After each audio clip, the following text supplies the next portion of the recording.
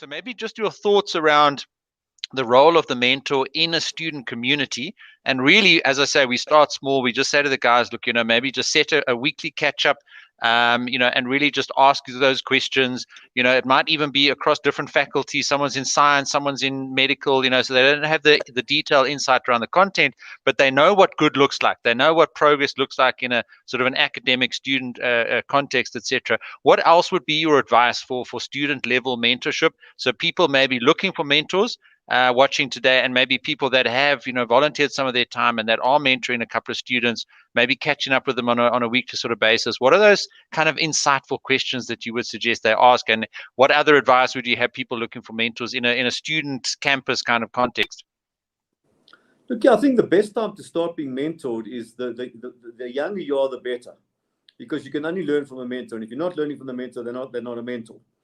So the younger, the better. And I think, when I just left Accenture, I did a lot of mentoring and talks at schools, at university, at Gibbs and places like that about this exact topic, about how you look at your future career. And I think it should start when you're at school. If you're at college, it's absolutely great, because at least speak to mentors to understand what are the options out there. What can I do? What does it mean to be in the corporate life? What does it mean to be an entrepreneur? When should I take these risks? What's the sort of, every one of you need optionality. You don't want to say, okay, I'm an engineer, or actually, I've got to go and work at Discovery because they're hiring actuaries. You don't want that. You might decide that's fine, but you want that decision to be within your control. So at least to understand what are the options that you can have as a student, or as a school student, as a university student. My advice, even at school, as I said, get a degree if you can. But you think about a lot of the mentorship and advice and counseling and knowledge that one gets, that it's from sitting around, and maybe Peter's background and my background, sitting around the family table on a Friday night, and everyone's talking about business and talking about leadership, and you learn that stuff.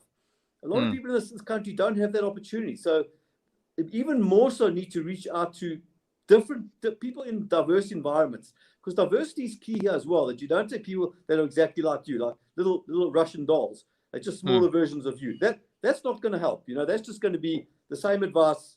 You can get 20 years experience, or you can get 1 year 20 times.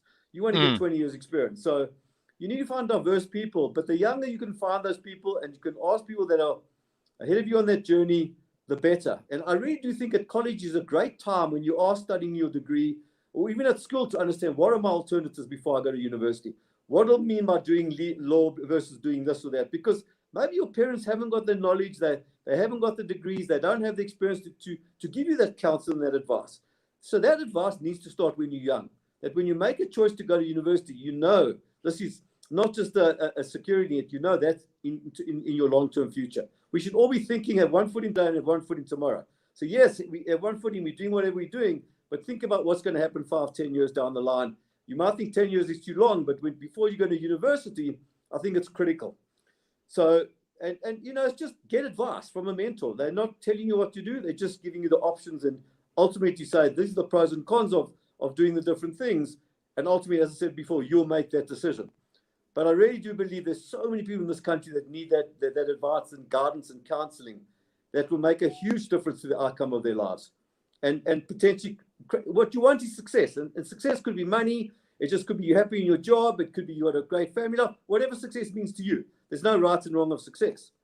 But whatever success means to you, get that mentor that can help you define success and help you at least to understand the options of success, whatever they might be.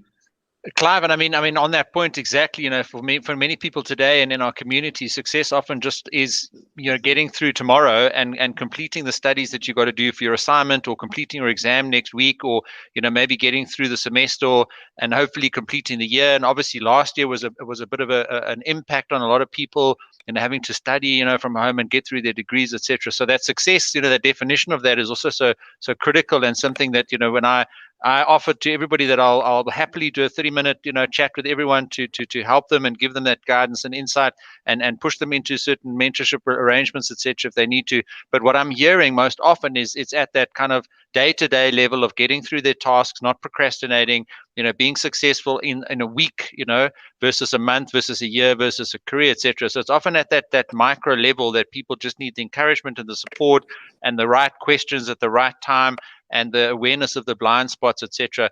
You know, that is the sort of definition of success that you know, I see a lot of students in the community that are sort of struggling with at the moment.